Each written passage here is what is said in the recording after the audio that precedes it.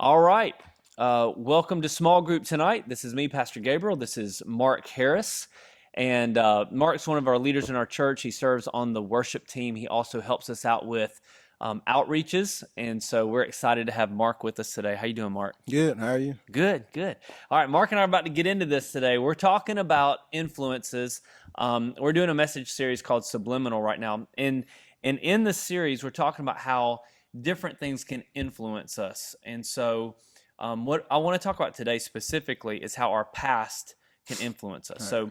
So maybe pain in the past or even victory in the past can influence the way we treat people, the way we live our life, the things that we do today. And so basically what I want to do, Mark, is just start off with you and just say, tell me a little bit about maybe some things in your past that you've noticed affect the way you act or treat people or live now in the present.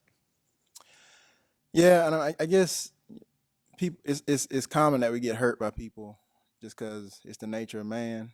Right. But there have been instances in my life that have impacted how I view certain groups of people, and basically it just comes down to how they viewed me. So because of the way I look, I may have been treated a certain way or called certain things, and those times made me angry. Those experiences made me extremely angry, and I still struggle with that today. But I found that it started to make me perceive a certain group of people in a certain way and have a certain expectation of what they expect or think of me. And it interfered with the relationship. It interfered with my ability to love or be completely transparent with them, or to open up with them, for fear that I would be judged, or I had already been judged just Right. based on based on the way I look. So. Yeah. So you have in your past you've been judged or looked at a certain way based on the way you look, and then today, like you said, I like what you said about it. It really hurts your ability to trust people Hmm. or become intimate with them. And I think a lot of times in the small group, you guys can discuss this too. But I think a lot of times that really is the key. Like we talk so much about relationship at church that we're a family and you got to have relationships. We need to have small groups. But if you've already got this scar Hmm. in your brain or in your heart about a certain group of people, then it does become difficult for you to say, well, I'm just going to open up All right. because you're already thinking they think something about me, Hmm. or this is the way they feel, and so it does make it very hard to become good friends, become intimate with them. So how did you or how do you kind of deal with that? Like how do you push past it? Do you have to talk to God about it? Like what are the things that you do to say, okay, I'm gonna kind of work through this pain issue in my life? I mean, so there are positive experiences that happen daily, right? Mm, So every experience is not negative with anybody, right. or with any group of people or anything. So for me, it's been trying to truly forgive for those instances where it did occur, Mhm. um, asking God to help me have a repentant heart, help me to release those angers, those negative feelings.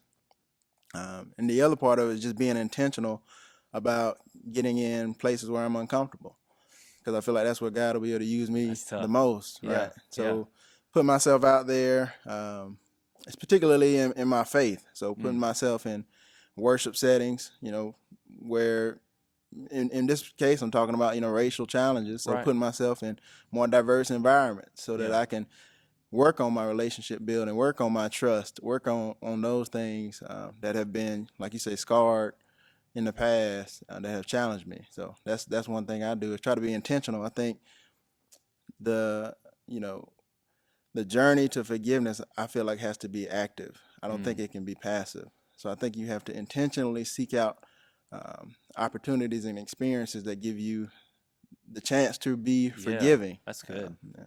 So just make sure you guys heard that. The journey to forgiveness has to be active. That's huge. I mean, that's a great thought right there. Yeah. And I think for a lot of you guys in your discussion, with some of what Mark's talking about, dealing with race is huge in our society today. Um, but I like what you said about the forgiveness thing, Mhm. and I think also learning to forgive or deal with the specific instance and person as opposed to the group. Right. You could very easily say, well, all white people, and whenever we start categorizing all Right. anybody, then we end up being just like the people that are against us, That's right. sometimes, That's right. as opposed to saying, well, this person Mhm. did this, I'm going to forgive this person, or I'm going to work through the feelings that this person gave me. But it doesn't mean that every other person that looks like him or looks like her is going to do the same thing. Right. And I think the same is true, like whenever we talk to people about abuse in their past. One of the things Mark and I were talking about just a few minutes ago was this idea that, sometimes someone might have been abused by their father, and then they come into church and we sing a song called Good, Good Father, and they're thinking, God's not good. If he's a father, he's not good because this is what dads do. Dads Right. abuse, Right. And so I think it's learning to say, well, my dad was bad, but it doesn't mean that all dads are bad, or this person did something, and so I've got to actively pursue. Um, I I want to ask this too, in taking this a little bit different turn, because so often when we talk about our past, we talk about bad, right? Mhm. We talk about pain and hurt, and you guys can talk about that too in the meeting. But I also want to mention this. What about success? Like, do you feel like it's possible sometimes that our success in the past can sometimes lead to problems in our future? Have you ever seen anything like that, or what do you think about that? Yeah. I mean, um, so for me, I guess a story that comes to mind is in regards to my giving. Mm. So the first year, to not prolong a story, I guess the first year Tiana and I were married, our first Valentine's Day, I got laid off from my job. Oh, oh man! So, so I never Happy forget. Yeah, Valentine's I never Day. forget. You know, Tiana got home. She thought I had got off early for Valentine's Day. It was, You did get off early. yeah, right. It was bad. And so, after that layoff, of course, I was able to get some different things, and I really was depending on God during that time Mm. to kind of help me. God, what are we gonna do financially? Tiana was in school, so wasn't a lot of options. And I found that during that time, people really started to reach out and kind of give. Mm. Uh, and one thing I try to do is be consistent about my giving during that entire process. Um, but I found like in the future, later on, I kind of started to give myself credit Mm. for everything that had happened. Like, yeah, Yeah. I got laid off, but I was able to, get a little money. I play some weddings or something like that because I play the bass. I was able to, really cut back on our spending. I was able to, um, cut down on the utilities and things Yeah. like that. I really tried to credit myself. So at the time I was successful. I really was dependent on God, but I kind of started to forget. And, Yeah. and I think it's easy to forget those blessings.